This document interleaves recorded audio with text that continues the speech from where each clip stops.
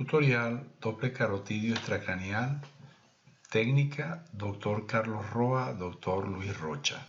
Fíjense, si nos acordábamos un poco en corte transversal, estábamos viendo la posición de la interna con respecto a la externa.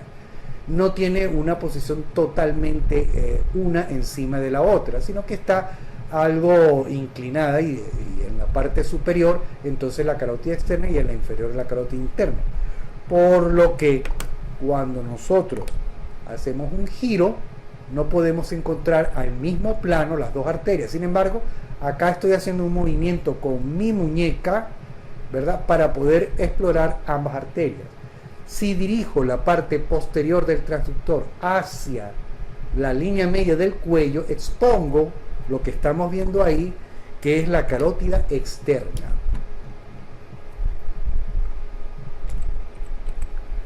En este caso es la derecha.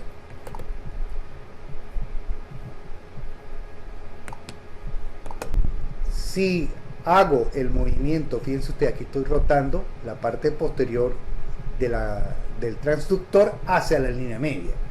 Si yo hago la rotación contraria, expongo entonces la carótida interna, que la estamos viendo aquí, con el bulbo. Vamos a poner un poquito más de oscuridad para ver el contraste. Ok, ahí la tenemos perfecto. Ahí está. Entonces ahora, fíjense la posición que tengo del transductor y aquí la imagen.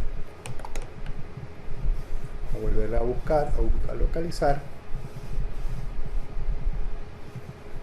Vamos a quitarle un poquito de brillo aquí porque me da interferencia, pero ahí la tenemos bien, ¿ok?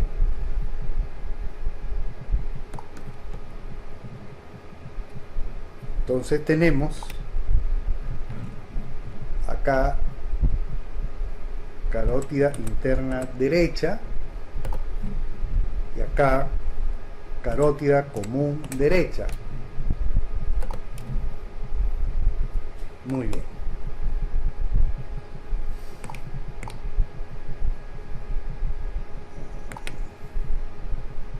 Ok. Una vez que hemos localizado en sentido longitudinal y transverso los diversos sectores arteriales del sistema carotido extracraneal, vamos a tratar ahora de ubicarnos en la arteria vertebral. Estamos enseñando solamente el modo bidimensional. En esta parte de la imagen nosotros tenemos carótida común con su media íntima y tenemos ya el asomo, o sea, soma, ¿verdad?, los cuerpos vertebrales, que es una guía para empezar a buscar la arteria vertebral. Vamos a hacer un movimiento con el transductor hacia la parte posterior del cuello, por detrás, donde vamos a ir viendo que los cuerpos vertebrales van a ir desapareciendo y nos van a aparecer dos estructuras óseas acá, que son las apófisis transversa, y en el medio nuestra arteria vertebral. Estamos en una situación de exploración de su parte media, vamos a decir, del trayecto de la misma, o lo que en los libros llaman el V2, porque es el trayecto que va a tener la arteria vertebral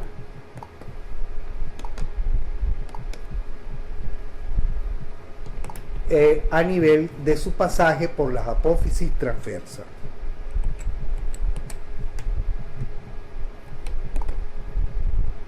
Esta es nuestra arteria vertebral derecha.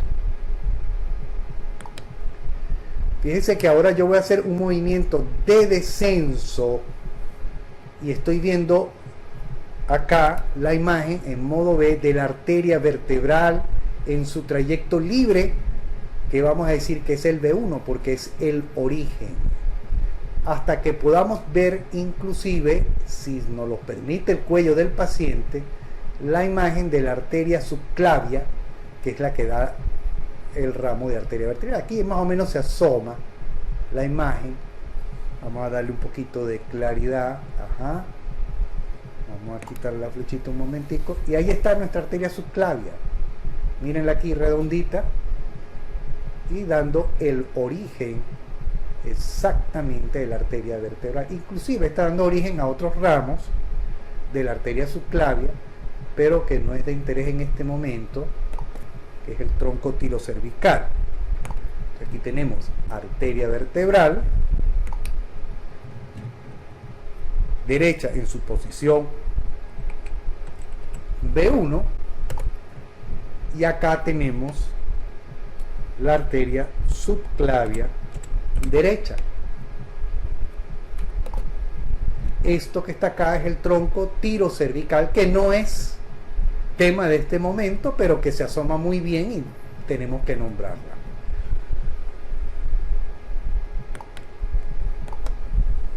Muy bien, entonces ya ubicamos el segmento B1, el segmento B2,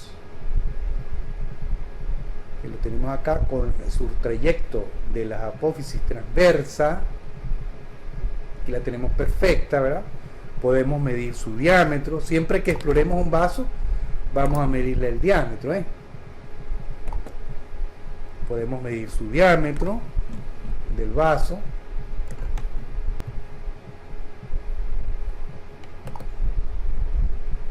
Esta arteria vertebral mide 0.44 centímetros, ¿eh?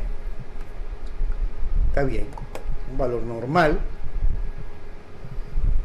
En la carótida común también puede medir el diámetro. Siempre tienen que medir todos los diámetros de los vasos, porque eso nos da los rangos de patrones normales a los patrones patológicos, y para solucionar algunos problemas el tamaño por ejemplo, si van a hacer una dilatación con colocación de stent, el hemodinamista necesita los diámetros de la carótida común, de la carótida interna, tanto a nivel de bulbo como después del mismo. Por lo tanto, tenemos que ser siempre sistemáticos en la toma de los diámetros de los vasos. En diámetro externo a diámetro externo tenemos 0,71 centímetros de diámetro de la carótida común.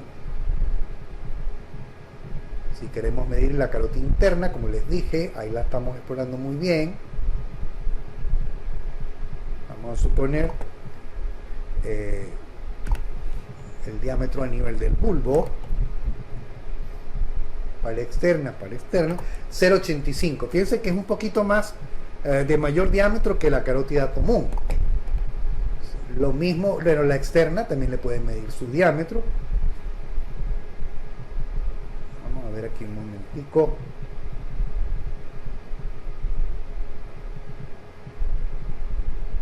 Ok, ahí tenemos el diámetro de la arteria, un trocito, un sector que nos estamos exponiendo ahora, pero podemos entonces medir allí nuestro diámetro. 0,53. Es de menor diámetro que la carótida interna a nivel del bulbo, por eso es que estamos seguros de que es la carótida externa.